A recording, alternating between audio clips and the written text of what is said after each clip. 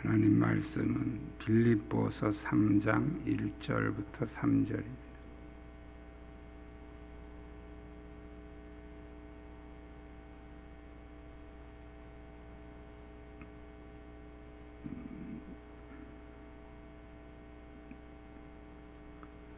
빌립보서 3장 1절부터 3절.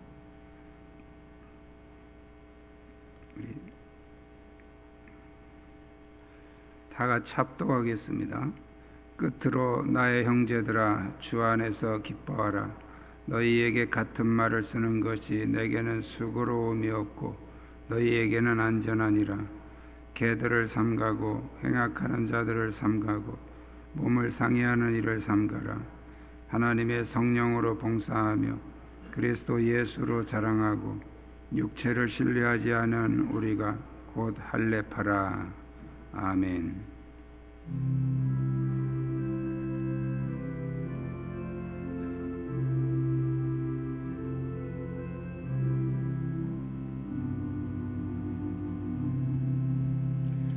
주 날개 밑 내가 편안히 쉬네. 밤 깊고 비바람 불어쳐도 아버지께서 날 지켜주시니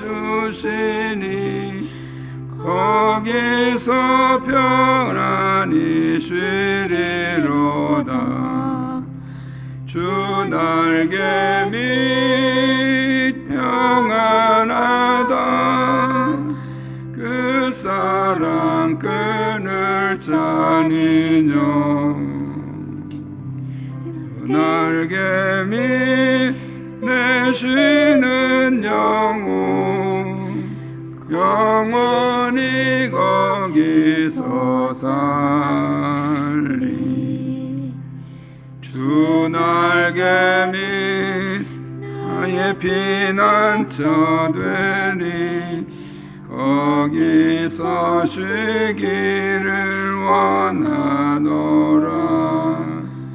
세상이 나를 위로치 못하나 거기서 평화를 누리리라.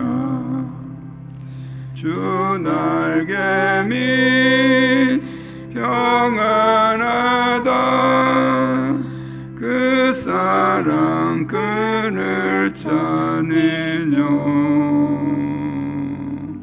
주 날개 밑 내 쉬는 영혼 영원히 거기서 살리. 주 날개 밑 참된 기쁨이 있네. 고달픈 세상 길 가는 동안 거기 숨어 돌보심을 받고 영원한 안식을 얻으리라. 주 날개 밑 평안하다. 그 사랑 그늘 짜니뇨. 주 날개 밑 내 쉬는 영혼 영원히 거기서 살리. 아멘. 할렐루야. 주위에 있는 분들과 인사 나누시기 바랍니다.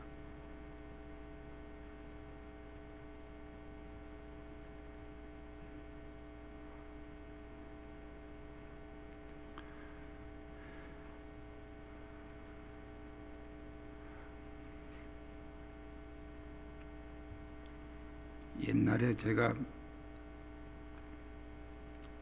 그 전도사 시절에 저희 그 담임 목사님이 연세가 좀 많이 있으신 분이었는데 그 그런 얘기를 하시더라고요. 앞으로는 서로 얼굴 쳐다보고 전화를 한디야.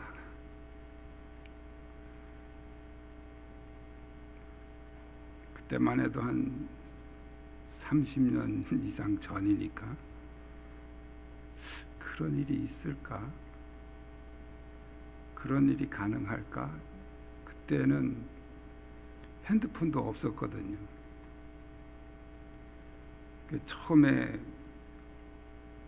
나중에 제가 이제 목사 되고 한참 있다가 핸드폰이 나왔는데 저희 이웃교회 목사님이 핸드폰을 샀다고 그러는데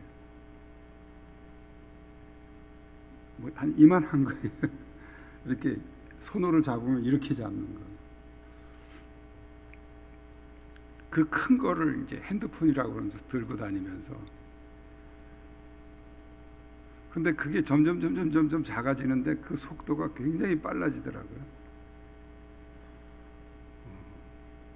그러더니 이제 스마트폰이라는 게 나왔어요.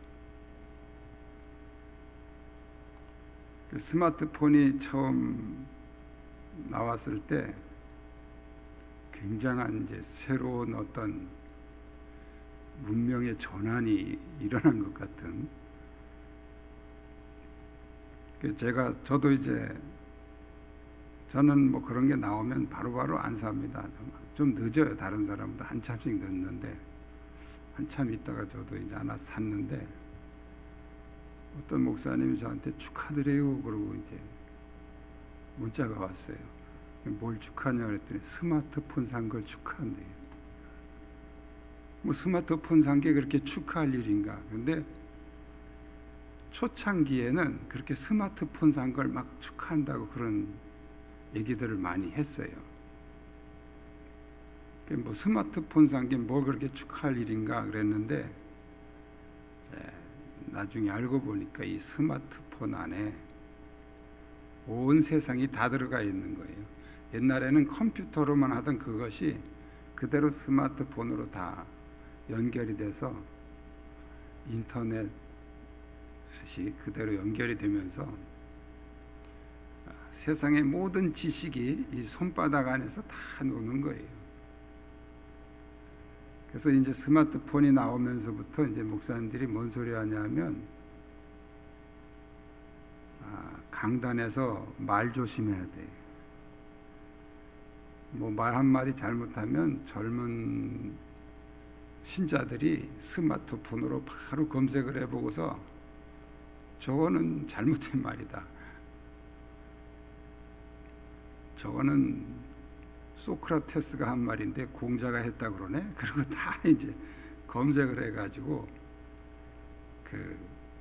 들통난다는 거예요. 그래서 말 조심하라고 이제 그런 소리들을 했습니다. 이 스마트라는 게 이제 영어인데 사전에 찾아보면 여러 가지 의미가 있습니다. 맵시 좋은, 말쑥한, 똑똑하다, 영리하다, 뭐 이런 뜻입니다. 그래서 스마트 신자가 되라, 제가 오늘 제목을 그렇게 했는데 말 그대로 똑똑하고 영리한, 또 다른 말로 하면 지혜로운 그런 신자가 되라, 그런 의미로 그렇게 제목을 정해봤습니다. 오늘날처럼 이렇게 혼탁한 시대에 사는 성도들은 신앙생활을 정말 스마트하게 해야 돼요. 그렇지 않으면 이 잘못된 정보를 사실인 것처럼, 진실인 것처럼 이렇게 받아들일 수가 있단 말이죠.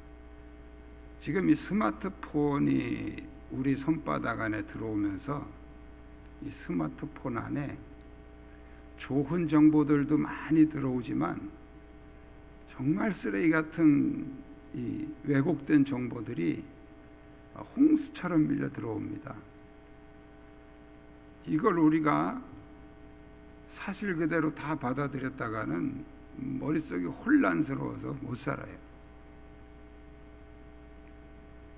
예, 특히 그 가짜 뉴스들, 여러분 카톡이나 문자로 이렇게 계속해서 떠돌아다니는 그런 문자들, 뭐 긴급 뉴스 하면서 떠돌아다니고요. 또 특히 이제 그 끝에다가 이 내용을 빨리 뭐 10명에게, 50명에게, 100명에게 전달하라 이렇게 하는, 그게 붙어오는 거는 거기가 가짜예요. 진짜 뉴스는 그렇게 빨리 전하라 소리를 안 해요. 근데 이 가짜 뉴스들은 요거 빨리 좀 다른 사람에게 전하라 그렇게 붙어요. 그래서 여러분 그거 붙은 건 무조건 가짜인 줄 아시오. 정말 진짜보다 더 진짜 같은 가짜들이 얼마나 많은지 몰라요. 근데 우리가 이런 것들을 구분을 못하면 스마트 시대에 우리는 오히려 더 멍청하게 살 수 있단 말이에요. 스마트한 신자가 되시기를 바랍니다. 어떻게 하는 것이 스마트한 것인지 오늘 바울이 이 빌립보 교회에 권면한 말씀을 가지고 우리 같이 나누려고 합니다. 첫 번째는 주 안에서 기뻐하라. 주 안에서 기뻐하라. 1절이죠. 끝으로 나의 형제들아 주 안에서 기뻐하라. 우리가 기쁘게 사는 것이 우리의 정신 건강뿐 아니라 육체 건강에도 우리의 삶에 얼마나 중요한지 의학계에서도 그 어떤 보약보다도 좋은 처방은 기쁘게 살아라, 즐겁게 살아라. 그 이미 우리 다 상식화된 거죠. 뭐 한두 해 전 얘기가 아니니까. 그런데 바울은 2000년 전에 이미 이 사실을 깨닫고 그의 서신 가운데에서 가장 많이 반복되는 권면 중에 하나가 기뻐하라예요. 기뻐하라. 내가 다시 말하노니 기뻐하라. 기뻐하라. 그런데 그 기쁨이라는 것이 우리가 기뻐해야지 하고 결심해 가지고 쉽게 기뻐할 수 있는 것이냐 하는 거예요. 기쁨이라는 것은 지식이 아니고 감정이거든요. 감정. 우리의 감정이라고 하는 것은 지식으로 통제가 잘 안 되는 부분이에요. 그래서 먼저 우리는 우리 마음의 기쁨을 빼앗아가는 요소들을 제거해야 돼요. 그 기쁨을 빼앗아가는 요소들이 우리의 인격 속에 세 가지가 있는데, 우리의 지식을 왜곡시킨 것들이, 그게 기쁨을 빼앗아갑니다. 바른 지식, 진리의 지식이 우리 머릿속에 머물러 있어야 되는데, 왜곡된 지식, 가짜 지식, 그런 지식들이 쉽게 말씀드리면 지식의 쓰레기죠. 이 지식의 쓰레기들 때문에 우리가 기쁨을 잃어버리게 됩니다. 또 하나는 감정의 쓰레기입니다. 감정의 쓰레기, 상처죠. 이 상처는 우리의 감정의 쓰레기라서 우리의 기쁨을 빼앗아가는 가장 치명적인 요소예요. 그래서 이 상처들을 제거해야 되고, 세 번째는 죄입니다. 우리의 의지의 쓰레기죠. 의지의 쓰레기인 죄를 우리가 해결하지 않으면 우리는 기쁨을 잃어버리게 된다는 거예요. 자, 그리고 이제 오늘 본문에서 가장 핵심은 그겁니다.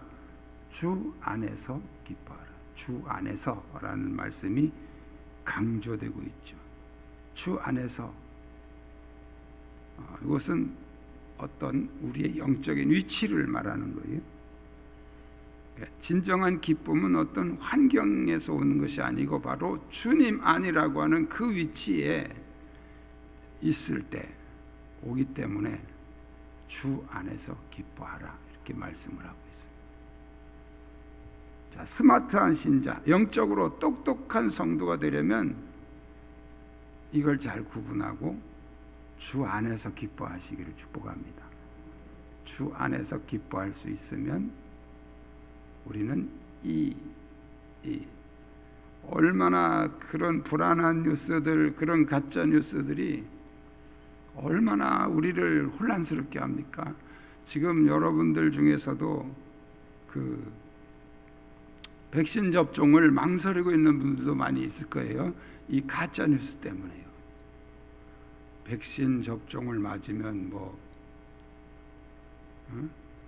어떻게 된다. 뭐 어떤 박사가 이런 말 했다. 또 무슨 논문에 이런 게 나왔다. 또 미국에 무슨 뭐 어디서 얘기했다. 하면서 막 가짜 뉴스들이 엄청 돌아다녀요. 그래서 이거 이제 본 사람들이 이거 맞아야 돼, 말아야 돼. 걱정을 하는 사람들이 많이 있습니다. 주님 안에서 기뻐할 수 있으면 이제 그런 걱정들을 내려놓을 수 있어요. 두려워할 거 없어요. 두 번째는 따라하겠습니다. 잘못된 것을 가려냅시다. 오늘 본문에서 바울은 우리 신자들이 정신 똑바로 차리고 가려내야 될 것을 세 가지가 있다고 말씀하고 있어요. 2절에 보면 개들을 삼가고 행악하는 자들을 삼가고 몸을 상해하는 일을 삼가라. 요 삼가라 하는 말은 조심해라 그런 뜻이죠. 조심해라. 개들을 조심해라. 개는 이 길거리에 돌아다니면서 더러운 찌꺼기나 배설물을 먹으면서 지나가는 사람을 공격하는 들개를 말합니다. 집에서 키우는 애완용이 아니에요. 길거리 돌아다니면서 더러운 것을 먹으면서 또 때로는 지나가는 행인들을 위협하는 그런 들개들을 말합니다. 그래서 예수님은 이 하나님의 진리를 반대하는 자들을 개라고 했어요. 개. 그래서 유대인들도 그런 의미에서 이방인을 개라고 합니다. 이방인을 개. 하나님의 진리를 반대하고 공격하는 세력들이죠. 이제 바울이 말한 이 개는 교회 밖에 있는 사람들 얘기가 아니에요. 지금 교회 안에 들어와서 진리를 왜곡시키고 잘못된 사상들을 가르치는 이 사람들을 바울은 개들이라고 이렇게 표현한 겁니다. 자, 교회 안에는 하나님의 말씀보다도 자기의 생각이나 사상을 가지고 판단하는, 그리고 교회를 회방하는 이런 영적인 개들이 있단 말이에요. 이 개들을 조심하라는 거예요. 그들은 진리를 회방하는 교회 안에 있는 개들이죠. 그래서 우리의 기쁨을 빼앗아가는 사람들입니다. 우리가 주 안에서 기뻐하려면 이런 무리를 잘 분별해야 된다. 잘 분별하고 가려내고 조심해야 된다는 것. 삼가라, 삼가. 멀리해라, 가까이 하지 말아라, 그런 뜻이죠.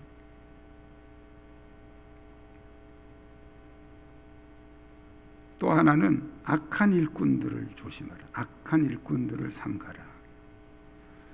본문에는 행악하는 자들을 삼가라 그랬죠. 새 번역에는 악한 일꾼들을 조심하십시오, 이렇게 해석이 되어 있습니다. 이 악한 일꾼들은 겉으로 보면 더 열정적이고 충성된 것처럼 보이지만 실제로는 자신을 앞세우는 사람들이에요.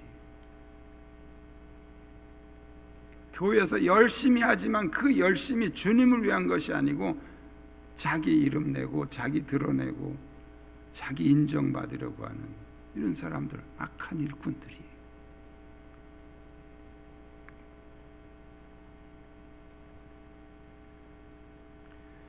잘못된 열심은 열심히 할수록 더 잘못되는 거죠. 그래서 더 많은 악을 행하게 되고 더 큰 방해가 되기 때문입니다. 민수기 16장에 보면 고라당의 반역이 나옵니다. 고라당. 고라와 다단과 아비람이 무리를 충동해 가지고 모세를 반역하죠. 그들이 그 모세에게 주장하는 내용이 뭔지 아십니까?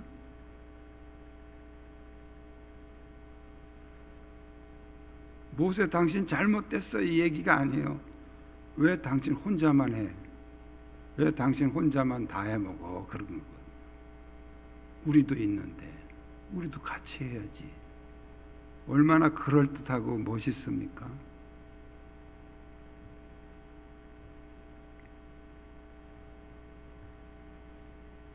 근데 그것이 하나님을 위한 것이냐 말이죠.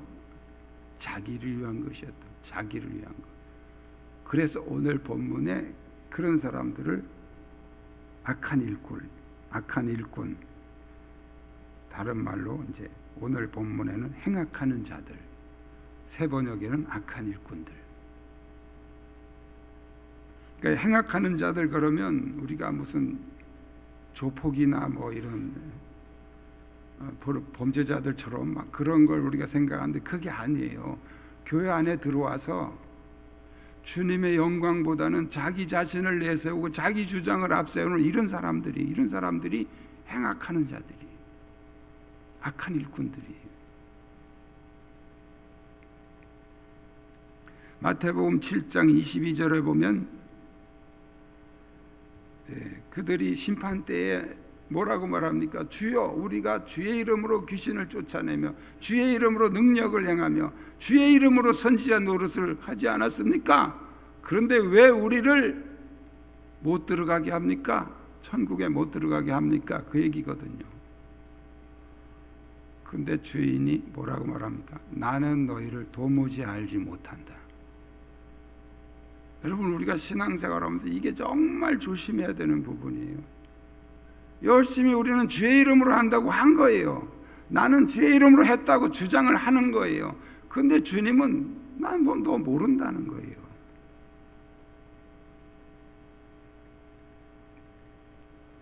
그러니까 그 악한 일꾼들, 행악하는 자들이 뭐 남을 괴롭히고 남 뭐 갈취하고 남을 때리고 막 이런 사람들이 아니에요. 교회에서 열심히 일은 하는데 다 자기를 위해서 하는 거예요. 주님을 위한 게 아니에요. 주님은 몰라요. 전부 다 자기를 위해 했기 때문에 그런 사람들을 행악하는 자들, 악한 일꾼이라고 표현하고 있는 겁니다. 특히 마지막 때가 되면 이런 악한 일꾼들이 더 많아진다는 거예요. 근데 정말 심각한 게 뭐냐면 본인도 모른다는 거예요. 본인도 자기가 악한 일꾼인 줄 모른다는 거예요.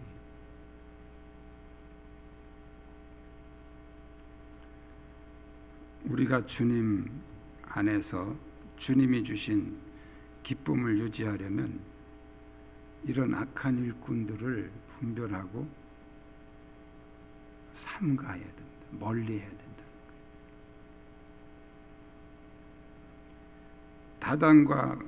고라와 다단과 아비람이 반역할 때 거기 동조하는 무리들이 굉장히 많았죠.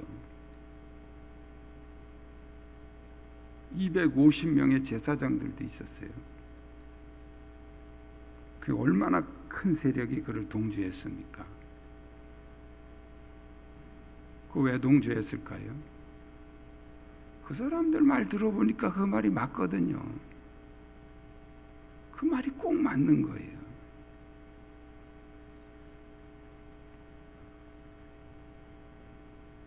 근데 그것이 하나님을 위한 것이 아니었다는 거예요. 성경은. 악한 일꾼들을 조심해야 됩니다. 또 한 가지는 손할례당을 조심하라. 손할례당. 오늘 본문에는 몸을 상해하는 일을 삼가라 그랬죠. 2절에 몸을 상해하는 일. 이것은 육체 할례파를 말합니다. 육체 할례를 주장하는 다른 말로는 손할례당 이렇게 말합니다. 손할례당, 육체 할례파. 말 그대로 육체 할례를 주장하는 거예요. 육체 할례를 받아야 구원받는다라고 생각하는 거죠. 바울은 유대인들이 할례 받는 거에 대해서는 아무 이의 제기 안 했어요. 왜냐하면 유대인들은 대대로 그건 할례 받는 거니까, 그건 구원과 상관없이 그냥 그들의 어떤 종교적인 표식이니까. 그런데 이방인에게 이 문제를 강요하고 마치 구원의 문제가 할례에 있는 것처럼 말하는 이 사람들에 대해서는 바울이 분노하고 정죄합니다. 그건 잘못된 것이다. 그래서 사도행전 15장에서 바로 이 손할례당, 이방인도 할례를 받아야 된다고 주장하는 이 손할례당들 때문에 일어난 문제를 예루살렘 교회에서 다루고 있죠. 거기서 내린 결론이 뭡니까? 이방인 그리스도인에게는 손할례를 받는 것은 의미가 없다. 우상의 제물과 피와 목매어 죽인 것과 음행을 멀리하라. 이렇게 네 가지를 딱 정해주고 있습니다. 이게 결론이죠. 오늘날 교회 안에는 이 손할례당이 실제로 존재하지는 않아요. 그러나 순수한 하나님의 은혜에다가 인간의 노력이나 공로를 첨가시키는 그런 행위가 바로 손할례당입니다. 구원은 오직 하나님의 절대 은혜를 믿는 믿음으로 받는 것이지 그런 인간의 노력이나 어떤 육체적인 표식으로 받는 것이 아니다는 거예요.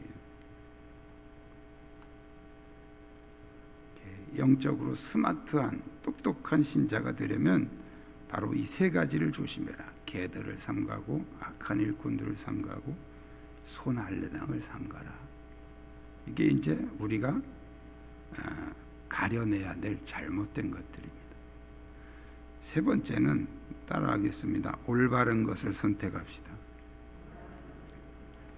자, 바울은 이제 조심해야 될 것 세 가지를 말씀하고 이번에는 꼭 선택하고 지켜야 될 세 가지를 말씀하고 있습니다. 하나는 성령으로 봉사하며, 3절에 하나님의 성령으로 봉사하며 그리스도 예수로 자랑하고 육체를 신뢰하지 아니하는 우리가 곧 할례파라. 성령으로 봉사하라. 이 봉사하면은 새 번역에 보면, 또 현대인의 성경에 보면 예배하며 이렇게 나와 있어요. 그러니까 봉사, 예배. 그러니까 우리가 봉사하며 하면 이렇게 뭐 열심히 뭐 청소하고 뭐 이런 거 일하고 뭐 이런 거를 생각하는데 그게 아니고 예배. 성령으로 예배하며, 그 예배 안에 봉사도 포함이 된 거예요. 그러니까 여러분들이 여기 앉아서 드리는 예배만 예배가 아니고 삶의 현장으로 돌아가서 남을 섬기고 이웃을 위해서 봉사하는 것도 예배입니다. 할렐루야. 그걸 우리가 생활 예배라고 그래요. 생활 예배.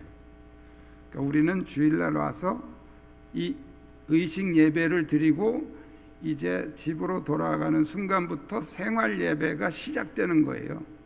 그리고 그 생활 예배가 끝나는 시간에 다시 와서 우리는 또 의식 예배를 드리면서 재충전하는 거예요. 그러니까 우리가 주일날 모여서 예배 드리는 거는 생활 예배에서 제대로 신앙생활을 하기 위해서 와서 충전하는 시간이란 말이죠. 근데 이걸 잘 모르거나 알아도 훈련이 안 된 사람은 여기서 예배 끝 그러면 다 끝이야. 다 집에 가면 다 그냥 아무것도 없이 백지화되고 그냥 내 감정대로 내 생각대로 내 멋대로 사는 거죠.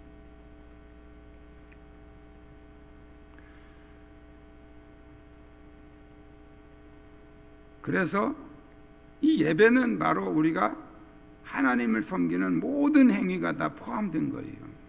그 성령으로 하라는, 성령으로 하라. 두 번째는 그리스도 예수로 자랑하며 그랬어요. 세번역 성경을 보면 그리스도 예수 안에서 자랑하며 이렇게 나와 있어요. 그리스도 예수 안에서 자랑하며. 이것은 자신은 아무것도 내세울 것이 없음을 인정하고 오직 주님의 은혜만을 자랑하라는 거예요. 다른 말로 하면 주님의 은혜를 간증해라. 주님의 은혜를 드러내라. 그런 뜻이죠.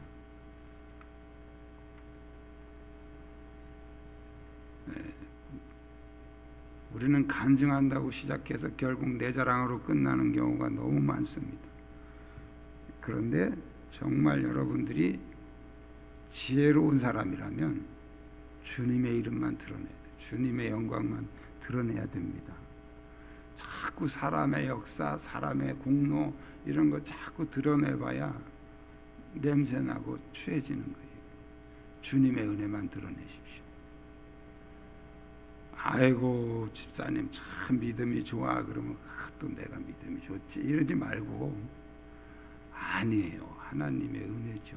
하나님 은혜로 삽니다. 그렇게 말해야 되는 거예요. 아멘. 그게 스마트한 성도의 모습이다. 세 번째는 영적 할례를 받으라는 거예요. 오늘 3절에 육체를 신뢰하지 아니하는 우리가 곧 할례파라 그랬죠. 할례파. 육체를 신뢰하지 아니하는, 이것은 육체 할례를 신뢰하지 아니하는 그런 뜻이죠. 우리가 곧 할례파라.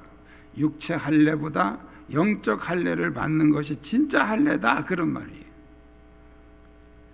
신명기 10장에서도요 이렇게 10장 16절에도 이렇게 말씀하시면 너희는 마음의 할례를 행하고 다시는 목을 곧게 하지 말라. 마음의 할례를 행해라. 로마서 2장 29절에 보면 오직 이면적 유대인이 유대인이며 할례는 마음의 할지니 그랬어요. 육체 할례는 중요한 게 아니다. 마음의 할례가 중요한 거다. 이 마음의 할례는 우리 마음의 죄와 악을 제거하는, 그래서 성결하게 되는 걸 말합니다. 그게 마음의 할례예요. 영적으로 똑똑한 성도가 되려면 성령으로 봉사하고 예수로 자랑하고 영적 할례, 마음의 할례를 받으시기를 축복합니다. 오늘 말씀을 요약하면 스마트한 성도, 똑똑한 성도는 주 안에서 기뻐하고 개들과 악한 일꾼들과 손할례당을 삼가하고 성령으로 봉사하고 예수로 자랑하며 마음의 할례를 선택하고 순종할 줄 아는 사람이다. 그런 말씀이죠.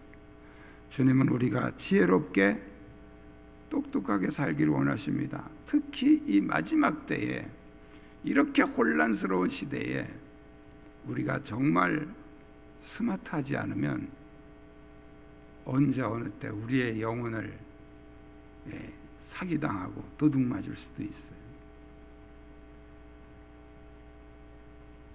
여러분 모두가 스마트한 성도가 되시기를 주님의 이름으로 축복합니다.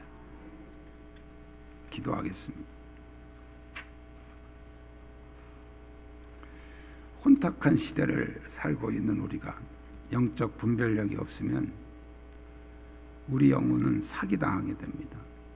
참과 거짓을 분별하게 하시고 잘못된 것과 올바른 것을 분별하고 버릴 것을 버리고 선택할 것을 선택할 줄 아는 지혜를 주옵소서. 오늘 말씀을 붙잡고 함께 통성으로 기도하겠습니다. 살아계신 역사하신 아버지, 오늘 말씀을 통해 다시 한번 우리를 깨워주시니 감사합니다. 주여, 우리에게 지혜를 주시고 명철을 주셔서 오늘도 하나님이 주신 분별력으로 이 세상을 분별하며 진리를 분별하며 말씀을 분별하며 버릴 것은 버리고 택할 것은 택하며 순종할 것은 순종할 줄 아는 지혜로운 성도가 되게 하여 주시옵소서. 한 주간 동안도 주께서 주신 은혜로 세상에 오염되지 아니하고 진리 안에서 살게 하여 주시옵소서. 하나님 아버지, 잘못된 것을 가려내고 올바른 것을 선택할 수 있는 분별력과 지혜를 주옵소서. 개들을 삼가고 악한 일꾼들과 손할래 등을 멀리하는 지혜를 주옵시고, 성령으로 봉사하며 예수로 자랑하고 영적 할례로 자신을 정결케 하는 지혜를 주옵소서. 예수 그리스도의 이름으로 기도드리옵나이다. 아멘.